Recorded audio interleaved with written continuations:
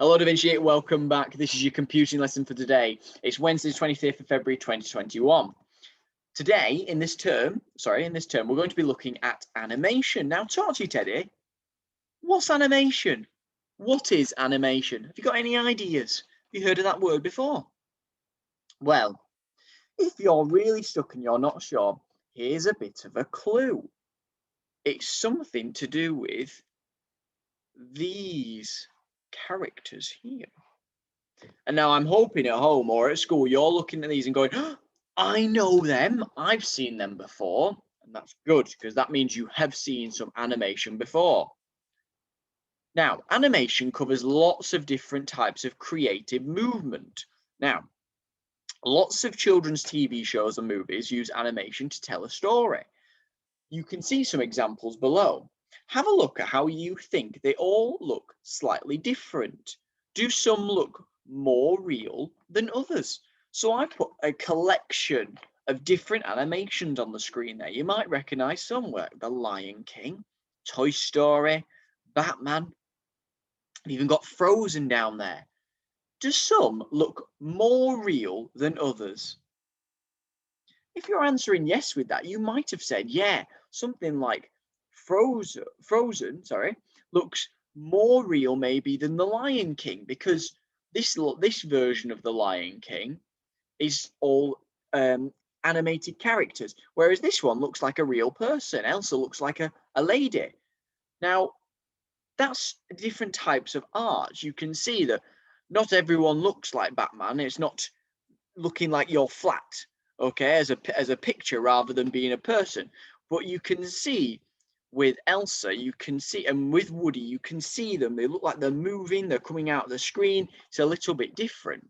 Now, some animation is made to look like real people. So we've got a collection of all the Disney ladies in here, and they may be princesses, they may be superheroes, and they look quite real.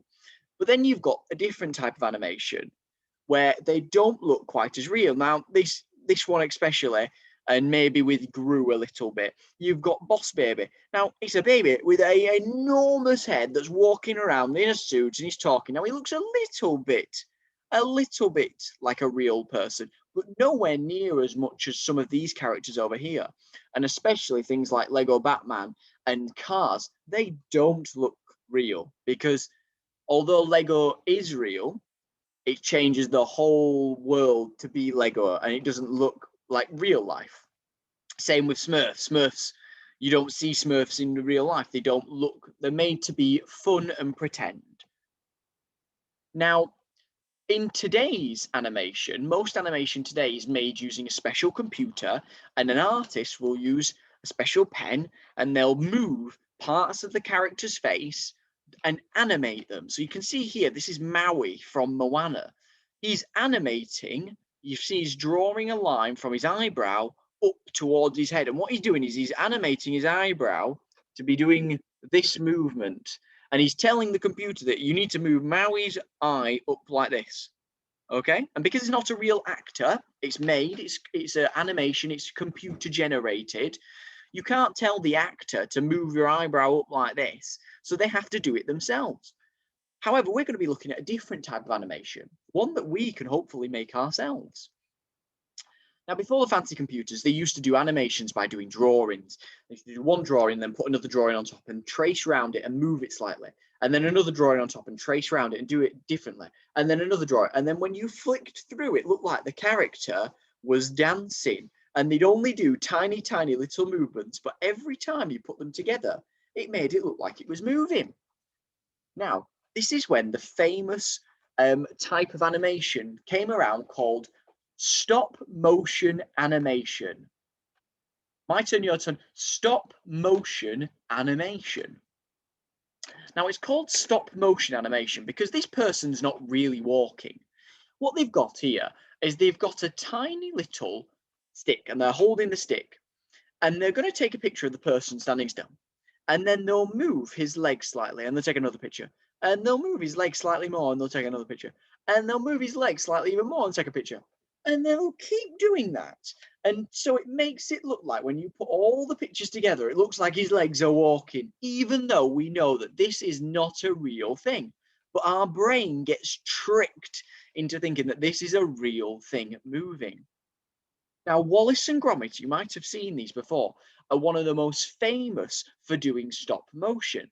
And they have got a set. And what they do is they make a tiny little house, or you can see out here, they've got a tiny little town hall, and the characters are just about the same height as somebody's hand.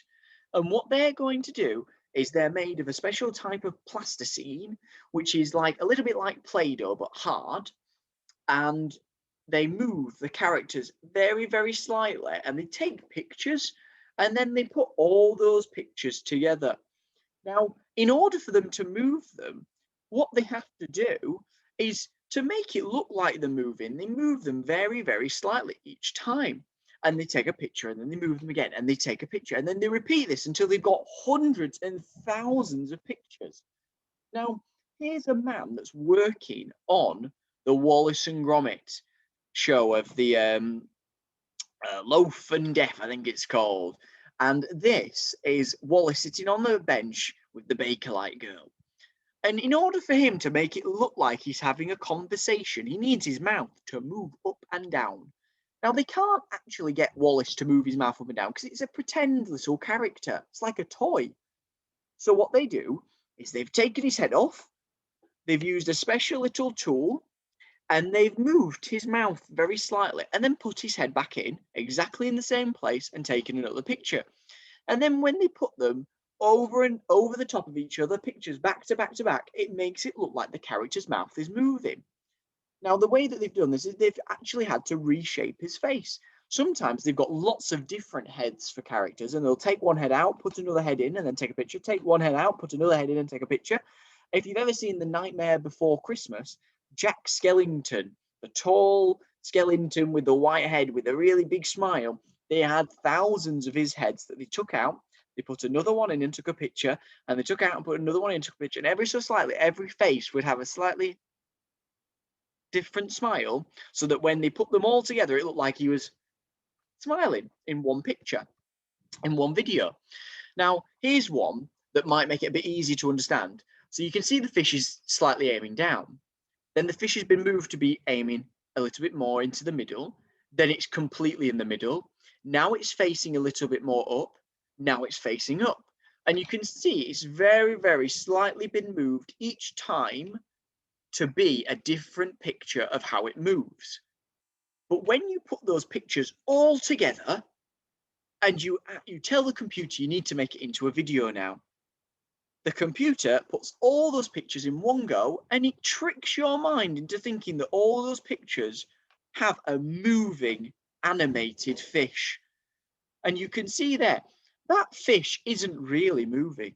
It's a collection of lots of different pictures, all pushed together to make a video. And that's how we trick our brains into making videos. Now, there's a video here from the BBC on how they make stop motion animation, and it shows some children all working together to take lots of different pictures on an iPad and put them all together to make their own stop motion animation. I'd like you to go and watch this video and come back. So we're going to talk about the task next.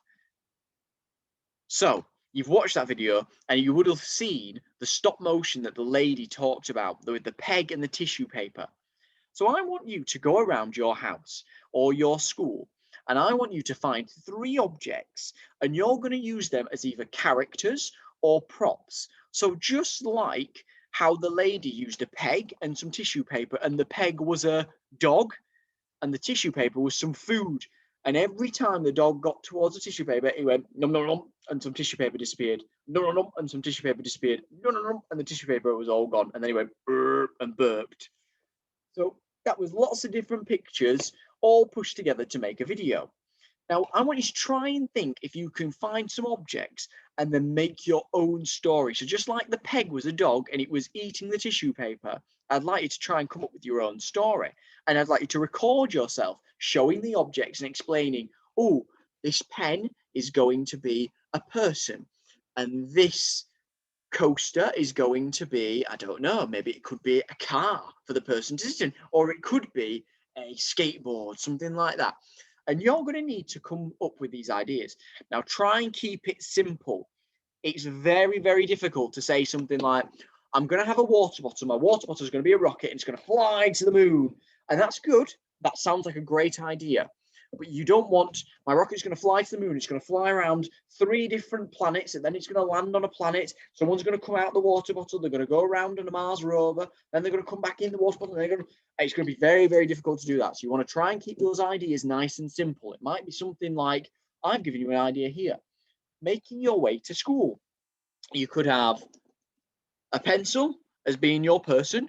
You could have a rubber as being like a skateboard, and you could have a shoe as being a car driving past. And that is going to help us in creating a story, but using different things to imagine. Right, I hope that makes sense. If you've got any questions, you can absolutely put them on Tapestry if you need a little bit of help. We're going to be going through this every week, okay? Building on it very slowly. By the time that we come to finish this, we should hopefully all be in school to be able to make them. Thank you very much, Da Vinci. I'll see you in the next video. Goodbye.